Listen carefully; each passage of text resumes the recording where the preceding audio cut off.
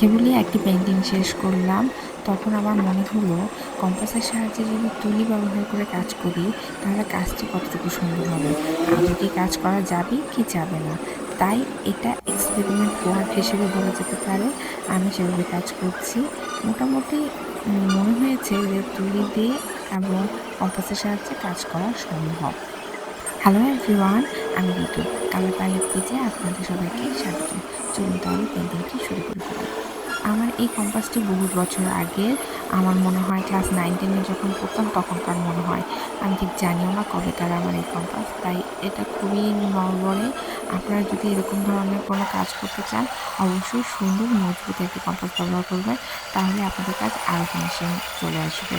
আমার কাজটি খুব একটা ভালো ফিনিশিং হয় নাই, কারণ কম্পাসটি খুব একটা মজবুত না, একটু নড়ে যাচ্ছিল।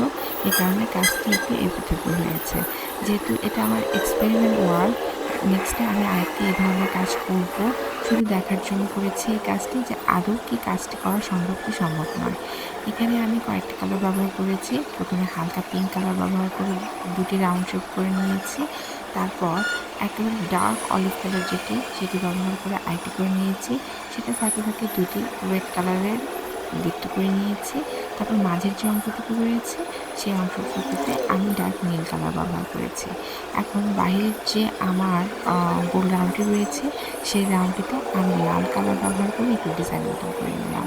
আর মাঝের যে অংশটুকু রয়েছে, কিছুদিন আগে আমি একটি টিউলিপ ফুলের কাজ করেছিলাম, ঠিক সেরকমভাবেই আমি এখানে একটি টিউলিপ ফুলের কাজের মতন করে নিচ্ছি। কিছুটা গোলাপি হয়েছে, কিছুটা পার্পল কালারের ফুল হয়েছে। তারপর আমি টিয়া কালার ব্যবহার করে কিছু ডাল এবং পাতার কাজ করে নিলাম। আমি জাস্ট তুলির সাহায্যে দেখছিলাম যে কম্পাসটি আসলে ঘোরা যায় কি না। তারপর মনে হলো যেহেতু ঘোরা যাচ্ছে বা কাজ করা যাচ্ছে, সেক্ষেত্রে আমি একটু কাজ করেই দেখি কেমন হয়। আমি সেই কারণে এই কাজটি করেছি। আমার কাছে খুব একটি ভালো লাগেনি। আপনাদের কাছে যদি ভালো লেগে থাকে অবশ্যই জানাবেন। যাই হোক, ডার্ক অলিভ কালার যে অংশটুকু রয়েছে সেখানে টিয়া কালার ব্যবহার করে আমি কিছু দাগ কেটে নিচ্ছি। পুরো বৃত্তটি জুড়ে আমি একটু কাজ করে নিলাম, যাতে দেখতে ভালো লাগে এবং একটু আকর্ষণীয় মনে হয়। এই কারণে আমি আমাদের কাজটুকু করে নিলাম। এরপর মাঝের যে পিঙ্ক কালারটি রয়েছে সেখানে নীল রং ব্যবহার করে আমি একটু কাঁথা স্টিচের মতন করে ডিজাইন করে নিচ্ছি। আপনাদের কাছে এখন হয়তো মনে হতে পারে যে বৃত্তটি হয়তো সুন্দরভাবে হয়ে ওঠেনি। এখানে আমি আপনাদের বলে রাখি যে পাতার কারণে একটু ভাঁজ ভাঁজ হয়ে থাকার কারণে মনে হচ্ছে যে বৃত্তটি গোল নয়, আসলে বৃত্তটি গোল হয়েছে।